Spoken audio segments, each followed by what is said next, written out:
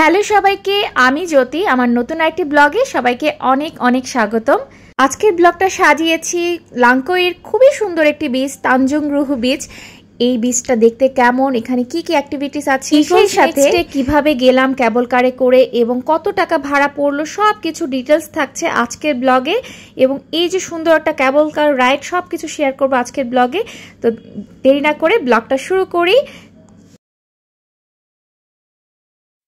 আজ হলো লাঙ্কোয়ের আমাদের দ্বিতীয় দিনের সকালবেলা। গতকাল তো এসেছি, সন্ধ্যা হয়ে গেছিল, সকাল আর পাইনি। আজ হলো বলতে গেলে লাঙ্কোয়েতে আমাদের প্রথম সকালে পর্দাটা সরিয়ে এই ভিউটা দেখারই অপেক্ষায় ছিলাম। এত সুন্দর মেঘ দেখা যাচ্ছে আর কি দারুণ পাহাড়, সব কিছু মিলিয়ে অসাধারণ একটা ভিউ। এখানেই মনে হচ্ছে ভিউটাই দেখি কিছু সময়, কিন্তু হাতের সময় খুব কম। আমাদের এখনই রেডি হয়ে সকাল সকাল বের হতে হবে। আর এই যে আমি চট করে রেডিও হয়ে গেছি। এটা হলো আজকে আমার আউটফিট।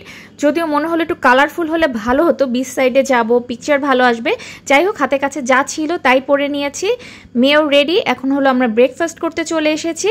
এখানে আমাদের কমপ্লিমেন্টারি বাফেট ব্রেকফাস্ট ছিল।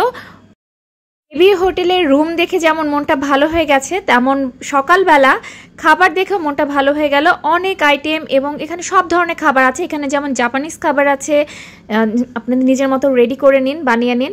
জাপানিজের মধ্যে না এখানে একটা জাউ ভাতের মতো ছিল, সেটার সাথে হয়তো শুটকি টুটকি মিলিয়ে নিতে হয়। অন্থন ছিল। এই জাপানিজ এই মোমোটা, ডাম্পলিংটা খুবই মজার ছিল। এছাড়া এখানে কিন্তু একটি কর্নারে টোটালি ইন্ডিয়ান খাবার রেডি করে দিচ্ছিল। আপনার সামনেই দোসা, ইডলি এগুলো বানিয়ে দিচ্ছে। সাম্বার তো বানানোই ছিল, কোকোনাট চাটনি। আর এখানে ইংলিশ ব্রেকফাস্টের জন্য সব কিছু ব্যবস্থা আছে। আমার কাছে, আমি পার্সোনালি আমার ইংলিশ ব্রেকফাস্টটি খুবই পছন্দ। মানে বেক বিন থাকবে, সসেস থাকবে, আর সেই সাথে কিন্তু ফ্রাইড রাইস, ভাত, চিকেন কারি, সব ধরনের খাবারই ছিল। আর বাচ্চাদের জন্য তো কর্নফ্লেক্স, ফুল ক্রিম মিল্ক, তারপরে স্ট্রবেরি ইয়োগার্টও ছিল। সেই সাথে তো ফ্রুটস তো ছিলই, অনেক ধরনের ফ্রুট, সালাদ অপশন, সব কিছু মিলে অসাধারণ ছিল। কিন্তু হাতে সময় খুবই কম, কারণ আমাদের গাড়ি বুক করা হয়ে গেছে। গতকাল আমরা এয়ারপোর্ট থেকে যে গাড়িটা করে এসেছিলাম তাকেই বুক করে রেখেছি। আজকে সারাদিনের জন্য ঘোরাবে। সারাদিনের জন্য আমাদের 150 রিঙ্গিত দিতে হবে, তার মানে 4500 টাকার মতো। তো আমরা তাড়াতাড়ি ব্রেকফাস্ট কমপ্লিট করে প্রথম যে প্লেসটায় আসলাম সেটা হলো তানজং রুহু বিচ। এই বিচটা খুবই সুন্দর। একটু সময় মানে বিকেলের দিকে আসলে ভালো হয়, সকালে কিংবা দুপুরে মারাত্মক গরম থাকে, গরমে অস্থির হয়ে গেলাম আমরা। কিন্তু এই বিচটা কিন্তু একদম স্বচ্ছ পানি আর সাদা বালির জন্য এই বিচটা অনেক পরিচিত। এত সুন্দর সাদা বালির ভিতরে মানে সমুদ্রে নামার মতো এখন অবস্থা নেই। আমরা আরও কয়েকটা প্লেসে যাব। আর এখান থেকে কিন্তু আপনারা আইল্যান্ড হপিংয়ে যেতে পারেন, বিভিন্ন আইল্যান্ডে যেতে পারেন। এইখান থেকে বোট ভাড়া করে বাংলাদেশি টাকায় প্রায় 2000 টাকার মতো পড়ে। 4-5 একটা বোটে যাওয়া যায়। ফুল ডে কিংবা হাফ ডের জন্য বোট বুকিং দিতে কিংবা কোনো অ্যাক্টিভিটি করতে চাইলে আইল্যান্ডে সব কিছুর বুকিং দেওয়ার এই পাশেই কিন্তু ওদের অফিস, একদম বিচের সাথেই। যার যেরকম সুবিধা মতো প্যাকেজটা নিয়ে নেবেন। সারাদিনের জন্য নিতে পারেন, হাফ ডে বা 3 ঘন্টা মিনিমাম হাতে সময় নিয়ে আসাও দরকার। আমরা যখনই শুনলাম এখানে 3 ঘন্টা লাগবে কম করে, তো আমরা তো কোনো কিছুই বুকিং দিলাম না, কারণ এতটা সময় নেই। আমরা আজকে যতটুকু সময়ের জন্য গাড়ি নিয়েছি, আমাদের আরও অনেকটা প্লেস যাওয়ার আছে, কারণ আজকেই দিনটাই আছি লাঙ্কোয়েতে। কাল তো আবার চেক আউট করে আমরা এয়ারপোর্টেই চলে যাব। তো আজকের দিনটার মধ্যে যতগুলো প্লেস আর কি দেখে নেওয়া যায়। এখানে বেশ কিছু পিকচার তুলে নিলাম। তবে বিভিন্ন আইল্যান্ডগুলোতে যেতে পারলে ভালো লাগতো।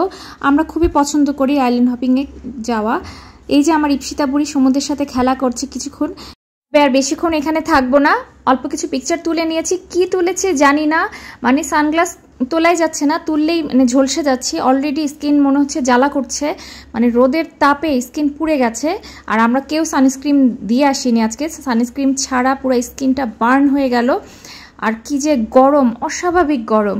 আমরা এর আগে থাইল্যান্ডে অনেক আইল্যান্ডে গিয়েছি, কিন্তু এতটা গরম, এরকম মানে এতটা গরম ফিল করিনি।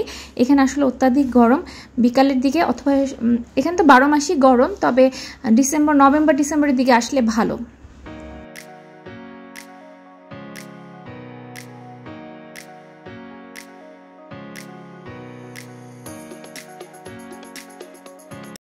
কিছু পিকচার ভিডিও তুলে তাড়াতাড়ি চলে আসলাম এই যে অফিস রুমগুলোর সামনে। এখানে শেড আছে, এখানে ছায়া, একটুখানি অপেক্ষা করছি, গাড়ি ড্রাইভার খুঁজে পাচ্ছে না। আর কি যে গরম, ভাগ্যিস একটা ফ্যান ছিল, ছোট্ট একটা ফ্যান নিয়ে এসেছিলাম। তাই দিয়ে ইপসিকে কিছুক্ষণ বাতাস করে দিচ্ছি, আমরা কিছুক্ষণ বাতাস করছি। অনেক গরম লাঙ্কই, মারাত্মক গরম। গাড়ি কোন দিকে?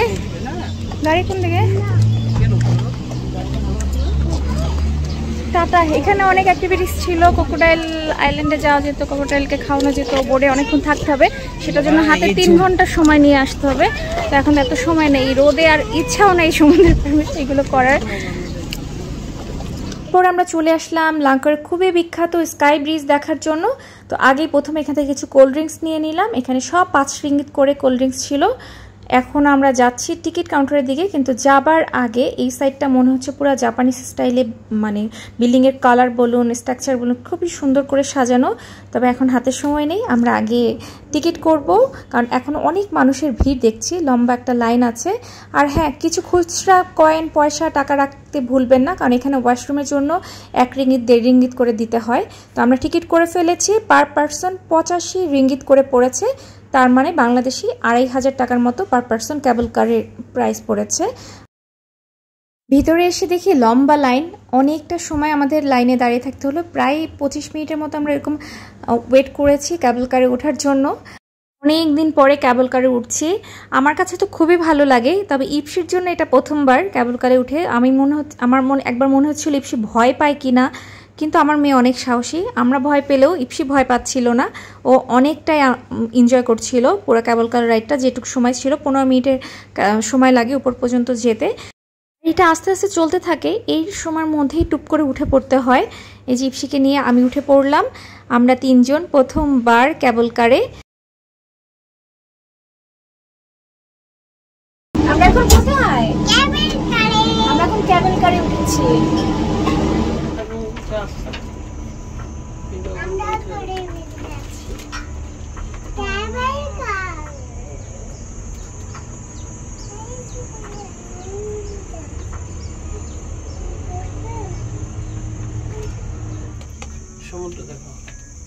Ipsi, hi.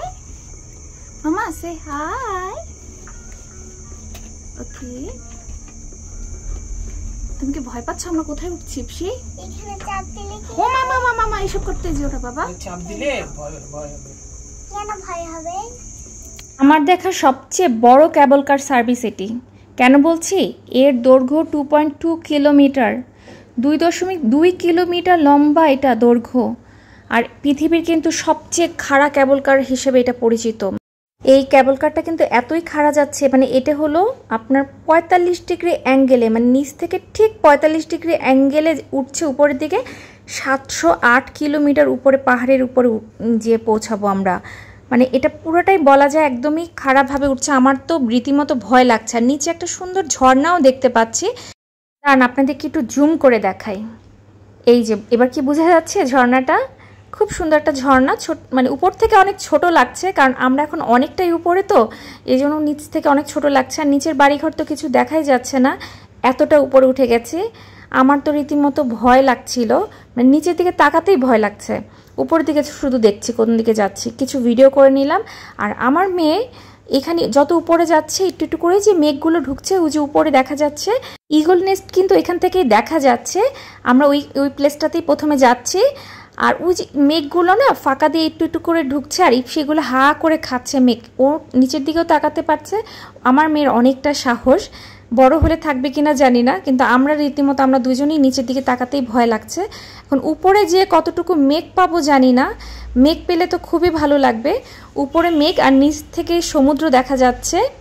ওই যে ওইখান থেকে আমরা এসেছি, নিচে দেখা যাচ্ছে ছোট্ট ছোট্ট বাড়িঘর। ওই নিচ থেকে আমরা উঠে এসেছি এতটা উপরে। তো এখানে হলো মিডল একটা প্লেস, এখানটায় আমরা নামবো। এখানে নেমে আগে একটু দেখি এখানে কি কি আছে। আপনারা একবারই টিকিট করা স্কাই ব্রিজ পর্যন্তই যেতে পারবো। আমরা শুধু এখান থেকে নেমে আগে একটু এখানে ঈগল নেস্টটা দেখব।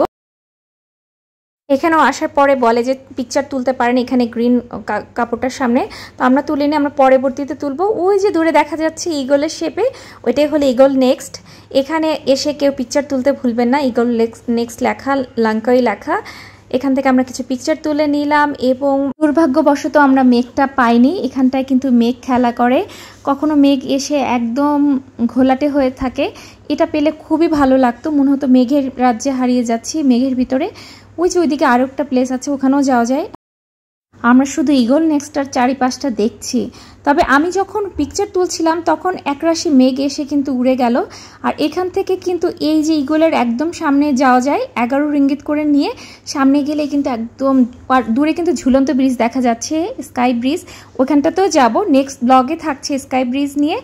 আজকের ব্লগটা শুধু ইগল নেক্সটাই দেখুন ঘুরে ঘুরে। এই যে 11 রিঙ্গিত দিয়ে কিন্তু আপনারা যদি ইগলের একদম মাথার সামনে চলে যান তাহলে কিন্তু একদম মনে হয় আপনি মেঘের উপরে বসে আছেন। তো এখান থেকে আমরা আবার ক্যাবল কার নিব, এখান থেকে আমরা যাব স্কাই ব্রিজে। তার আগে আমরা যে পিকচার তুলেছিলাম সেটারই প্রিন্ট আউট করে নিয়ে নিচ্ছি। এখানে বিভিন্ন রেঞ্জের আছে, আপনি যে প্রাইজে যেটা নেন। 40 রিঙ্গিত দিয়ে শুরু, তো আমরা হলো এই যে 50 রিঙ্গিত দিয়ে এটা নিয়েছি। খুবই সুন্দর, ভিতরে হয়তো পানি দেওয়া, কিছু ছোট ছোট পাথরের কোনা দেওয়া আছে। আর আমাদের পিছনে দেখা যাচ্ছে ক্যাবল কার, সমুদ্র, স্কাই ব্রিজ, ইগল নেক্সট সব কিছু এক পিকচারের মধ্যে। মানে 1500 টাকা দিয়ে সুন্দর একটা স্মৃতি সাথে নিয়ে গেলাম। আর এই যে ইগল নেক্সটের পাশেই অল্প কিছু কুয়াশা পেয়েছিলাম, সুন্দর কিছু মুহূর্ত কাটালাম এখানে। অসম্ভব সুন্দর একটি জায়গা, মেঘের সাথে খেলা করার একটি জায়গা। তো আমরা আবার ক্যাবল কারে উঠে পড়বো। নেক্সট গন্তব্য আমাদের স্কাই ব্রিজ। তো আমার কিন্তু নেক্সট ব্লগে স্কাই ব্রিজ সম্পর্কে সব আসছে, তো নেক্সট ব্লগটা কিন্তু কেউ মিস করবেন না।